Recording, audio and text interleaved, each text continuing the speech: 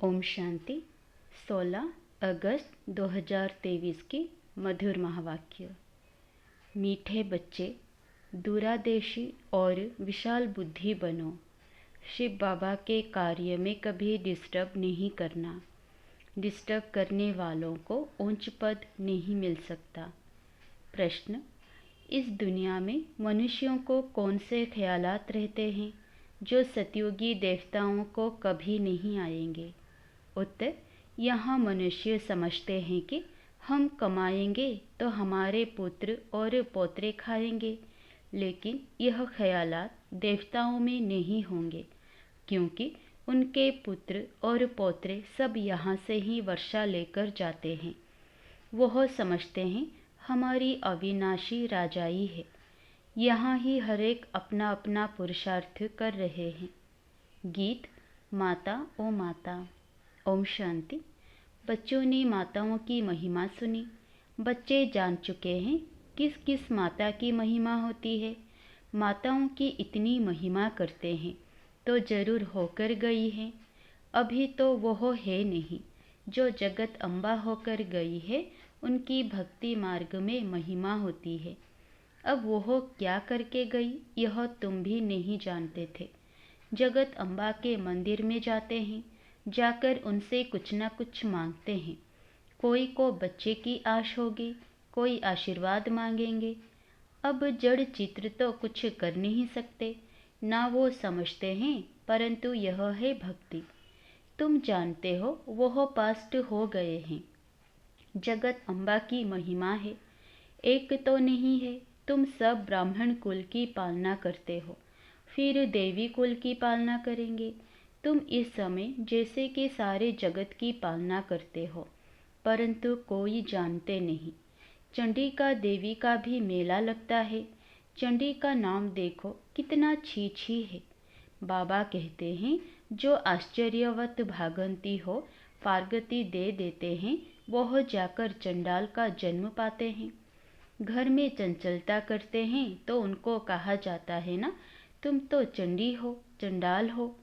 बरोबर तुम देखते हो शिव बाबा का बनकर फिर भी बहुत चंचलता करते हैं। चंचलता अर्थात अवज्ञा करते हैं। शिव बाबा की सर्विस में डिस्टर्ब करते हैं तो अंत में चले ही जाते हैं। कोई भी ब्रह्मा कुमारी सेंटर में होगी, कुछ चंचलता करेगी, किसी को समझा नहीं सकेगी, वह क्रोध करती होगी तो सब कहेंगे इनमें तो बहुत क्रोध है। अब चंडी का एक तो नहीं, बहुत होती हैं। देवियों की महिमा भी है, और फिर ऐसे जो चंडिका आदि बनते हैं उनका भी गायन है। फिर भी ईश्वर के बने हैं। भल कोई चले जाते हैं फिर भी स्वर्ग में तो आएंगे ना, मालिक तो बनेंगे ना। भल मालिक तो राजा रानी ही बनते हैं, लेकिन प्रजा भी कहेगी हम मालिक हैं। लोग कहते हैं ना हमारा भारत महान है। आजकल तो गीत में भी गाते रहते हैं भारत बहुत अच्छा था। अभी तुम बेहद के बाप के बच्चे बने हो। गोपी बल्लभ की गोप गोपियाँ गाई हुई है। वल्लभ बाप को कहा जाता है, गाया भी जाता है एक गोपी वल्लभ की अनेक गोप गोपियाँ। सतयुग में तो गोपिकाओं आदि की बात ही नहीं है। अभी तुम बच्चे विशाल दूरादेशी बुद्धि बने हो। बुद्धि का ताला खुल गया है। इस जन्म की जीवन कहानी को तुम अच्छी रीति जानते हो। हर एक को नशा तो रहता है ना। अभी बिरला है, उनको अपने धन का नशा होगा। समझेंगे मैं सबसे साहूकार हूँ, परंतु तुम जानते हो जो आज साहूकार हैं वह फिर गरीब बन जाएंगे। तुम्हारी और अन्य मनुष्यों की बुद्धि में रात दिन का फर्क है। कोई को क्या नशा, कोई को क्या नशा रहता है, मैं फलाना हूँ, ऐसे हूँ। इनको व ब्रह्मा को भी नशा था ना, मैं बड़ा जोहरी हूँ। अभी समझते हैं वह सभी नशे कौड़ी मिसल हैं। तुम बच्चों को कितना नशा चढ़ा हुआ है, वह समझते हैं हम कमाएंगे फिर हमारे पुत्र पोत्रे खाएंगे। यहाँ तो वह बात नहीं है। तुम जानते हो हम बेहद के बाप को जानकर उनसे वर्षा पा रहे हैं। जिसकी प्रारब्ध हम ही खुद जन्म बाय जन्म पद पाएंगे। पुत्र पोत्रे आदि सब यहाँ पुरुषार्थ कर रहे हैं। हमारे पोत्रे खाएंगे, यह ख्यालात वहाँ नहीं रहती। समझते हैं अविनाशी राजाई है। यहाँ तो राजे लोग समझते हैं पुत्र पोत्रे खाएंगे। तुम अभी बाप से इतना वर्षा लेते हो, ऐसे कर्म करते हो जो 21 जन्म उसका फल मिलता रहता है। पुत्र पोत्रों का ख्याल नहीं रहता, वे भी सब यहाँ ही वर्षा पाते हैं। तुमको कितना ज्ञान है, मनुष्य तो कुछ भी नहीं जानते। गॉडफादर जिनको इतना याद करते हैं, जरूर उनसे इतना भारी सुख मिलता होगा। गाते हैं ना, हे परमपिता परमात्मा रहम करो। उनको परम आत्मा कहा जाता है, वह सुप्रीम है, जन्म मरण रहित है, इसीलिए उनको परम आत्मा अर्थात परमात्मा कहते हैं। सभी आत्माओं का रूप एक जैसा है, जैसा जैसा पुरुषार्थ करते हैं वैसा पद पाते हैं। इनकी आत्मा अच्छा पढ़ती है तो नारायण बनती है, कोई फिर फेल होंगे तो राम बनेंगे। आत्मा ही बनती है ना। तुम्हारी आत्मा समझती है मैं परमपिता परमात्मा से राजयोग सीख रही हूँ। आत्मा फिर आकर नया चोला पहन पाठ बजाएगी, नर से नारायण बनेगी। यह तुम बच्चों की बुद्धि में है, नंबरवार पुरुषार्थ अनुसार। फिर यह ज्ञान प्राय लोप हो जाएगा, वहाँ कोई पतित होगा नहीं। ज्ञान किसको देंगे? पतित पावन को यहाँ याद करते हैं। अच्छा समझो, गंगा पतित पावनी है तो भी वह राजयोग तो नहीं सिखला सकती है। बाप तो राजयोग सिखलाते हैं ना। यह सारा ड्रामा का राज आदि से अंत तक तुम बच्चों की बुद्धि में है। तुम सब पढ़ते तो एक ही क्लास में हो, लेकिन नंबरवार हो। शुरू में 300 की भट्टी थी, गौशाला में हजारों की अंदाज में गौएं हों तो कोई संभाल भी ना सके। भट्टी भी थोड़ों की बननी थी, उनमें से भी कई तो चल रहे हैं, कई टूट पड़े। कई बच्चे समझते हैं हम पहले से होते तो अच्छा था, परंतु ऐसे भी नहीं है। पुराने कितने भागंती हो गए। 25-30 वर्ष वाले भी इतना नहीं याद रखते कि वह बेहद का बाप है जिससे वर्षा पाते हैं। बाबा स्वर्ग का मालिक बनाते हैं, सेकंड की बात है। बाप कहते हैं तुम मेरा बनने से स्वर्ग के मालिक बनेंगे। जीवन मुक्ति तो राजा रानी भी पाते हैं, प्रजा भी पाती है। गाया हुआ है सेकंड में जीवन मुक्ति। बच्चे जो पूरा पढ़ते नहीं हैं वह क्या करते होंगे? चंचलता। कोई बच्चे तो बड़े आज्ञाकारी होते हैं, बाप से भी अच्छा मर्तबा पा लेते हैं।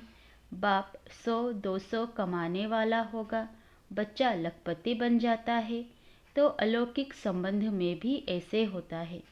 7 रोज वाला बच्चा 25 वर्ष वाले से भी तीखा चला जाता है। नंबरवार तो होते ही हैं। तुम वास्तव में सब सजनियाँ हो, एक साजन को याद करते हो।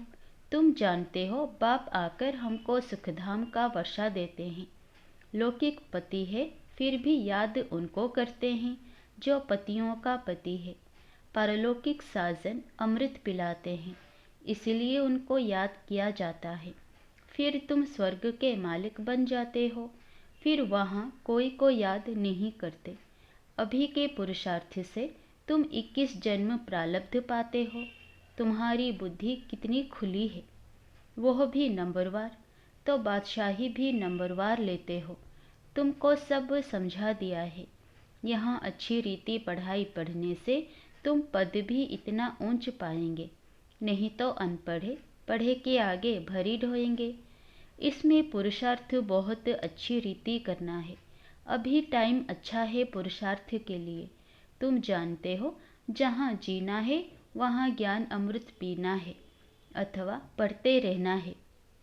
सैपलिंग लगाते रहते हैं, कोई झट समझ जाते हैं तो समझा जाता है इनका पद तो अच्छा देखने में आता है, अच्छा नज़दीक का फूल है, तन मन धन अर्पण कर बैठा है, सर्विस में अच्छा लग गया है।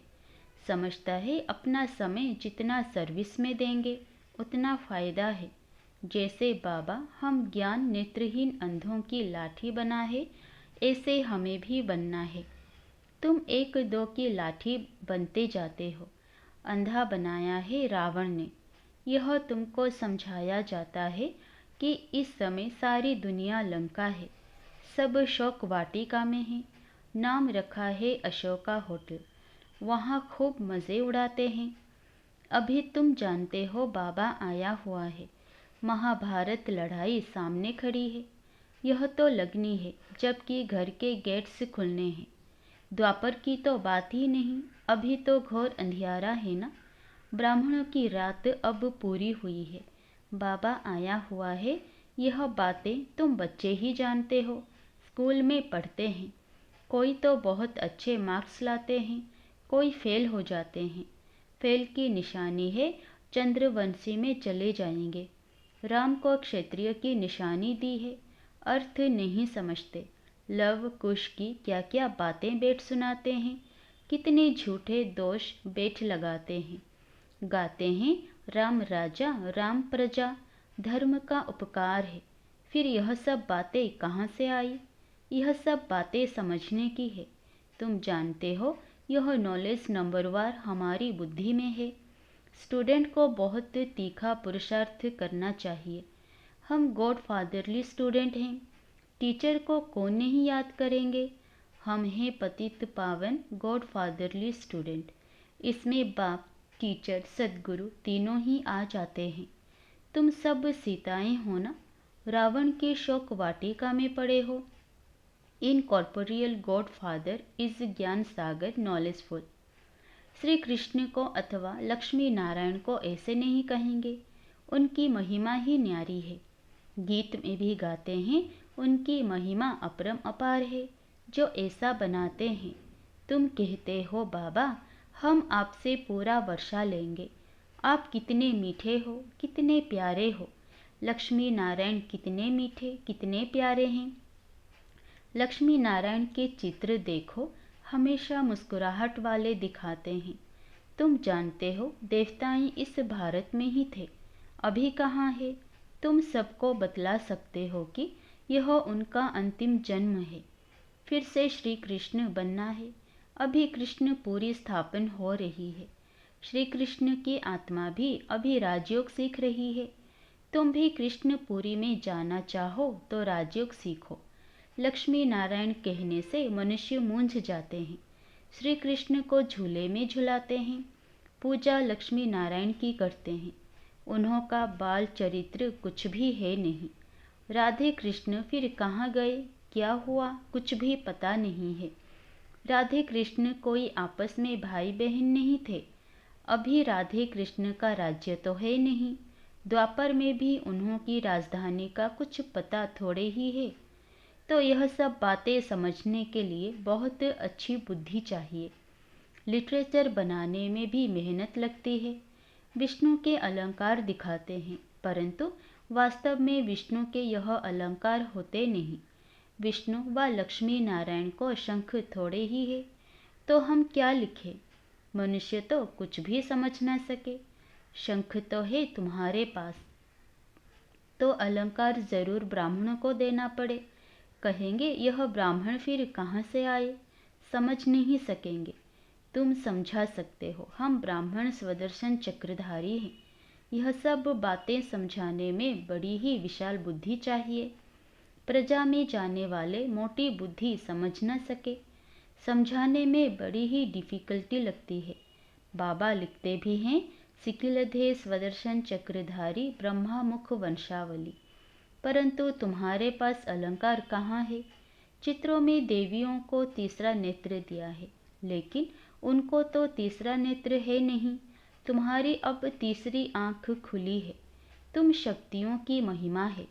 जगत अम्बा है तो बच्चे भी साथ में होंगे।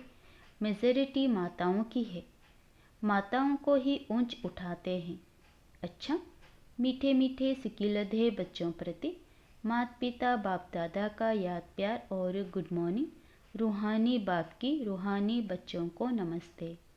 धारणा के लिए मुख्य सार पहला, अपना समय सर्विस में सफल करना है। तन मन धन सब अर्पण कर जब तक जीना है पढ़ाई पढ़ते रहना है। दूसरा, आपस में एक दो की ज्ञान से पालना करनी है। ऐसा कोई कार्य नहीं करना है जिससे बाप की अवज्ञा हो।